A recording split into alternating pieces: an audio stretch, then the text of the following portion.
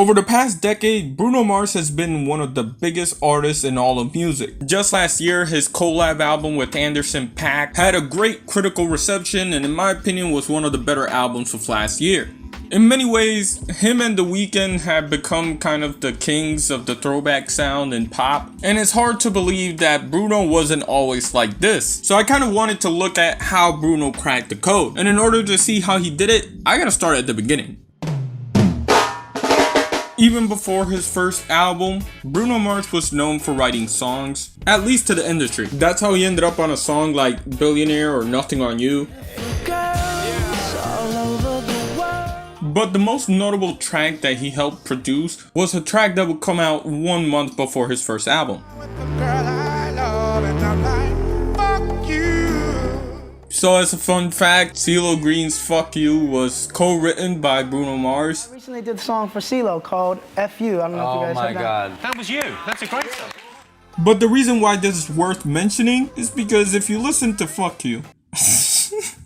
I can't say that shit with a straight face for some reason. Anyways, the song is an early sign of Bruno being a fan of these throwback sounds. But we wouldn't see a lot of this in Bruno's first album, Wops and Holligans. But the album would still be really successful. Amongst the songs that you might be able to recognize, there's Grenade, Just the Way You Are, The Lazy Song, Marry You, and Talking to the Moon. To be honest, this really isn't my type of music. It just sounds like something that Bruno was making to stay with the trend. This sounded like a lot of the sad pop songs that were trendy around 2010. But hey, I guess a lot of people liked it. Now, to truly find out why Bruno Mars changed this sound, we gotta look at another artist.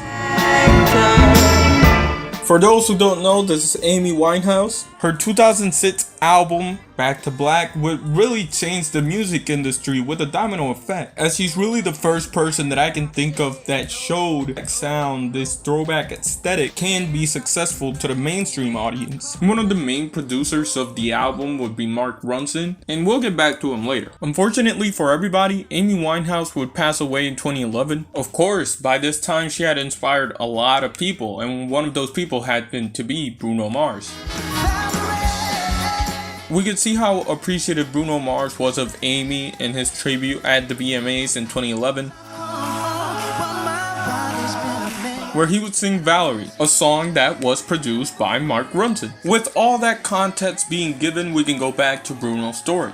You remember how I mentioned that Wops and Holligans wasn't really my type of music at all? Well, it probably wasn't Bruno Mars's either, or at least not the type of music that he wanted to make, because he did mention in an interview that a lot of what the album ended up sounding like was due to pressure from the label. And inspired by artists like Michael Jackson and Kanye West who always switch up their sound, Bruno was no different. He wanted to switch his sound. So for his next album, he would enlist Mark Ronson to help with the production. And that's how we arrive at the lead single for the next album, and arguably the song that changed Bruno Mars's career and pop as a whole.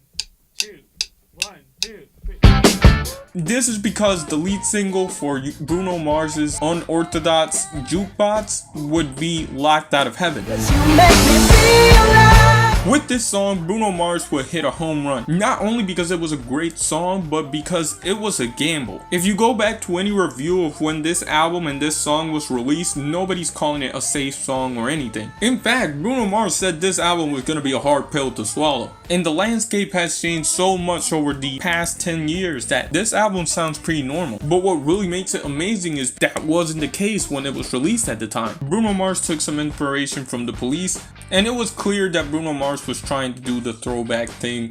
Look at the music video, you know, you have the VHS effect going on, you have some grain on it as well. Bruno's hair was more free, and you can definitely tell by the lyrics and the sound of it that there was just a more natural feel to the song. And this wouldn't be a fluke, because a lot of the songs on this album would also be popular, especially Treasure. It's an earth, wind, and fire type of song, and it's great. Unlike a lot of the songs on the first album, it sounds like Bruno is having fun. And because Bruno is having fun, I'm having fun. Even with the slower songs, Bruno Mars was doing good. I should have bought you flowers. And it brings me to another point to why this album works way better than the first one did. Although this isn't a concept album and story-wise this isn't the greatest thing ever, personally the themes and the lyrics on this album are a bit more cohesive than they were before. Now, this was only the start of Bruno Mars changing the landscape of pop, because the true effects that this album had wouldn't be seen until 2 years later, because that's the year that it became apparent that that throwback sound was here to stay.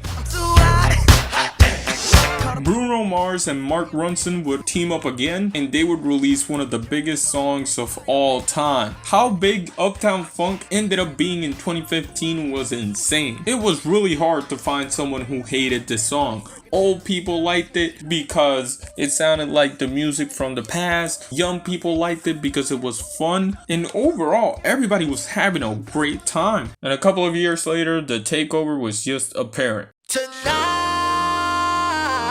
Bruno Mars would release 24 Karat Magic. People couldn't just call it a gimmick anymore. The lead single would be a song of the same name as the album, and that would be basically Uptown Funk, but slightly better. Put your pinky rings up to the moon. 24 Karat Magic in the air. That's my way of saying it was great. And this wasn't the only record that people loved on the album. Versace on the Floor seemed to be the slow song that everybody enjoyed in 2017. Also, That's What I Like seemed to be the song for some people.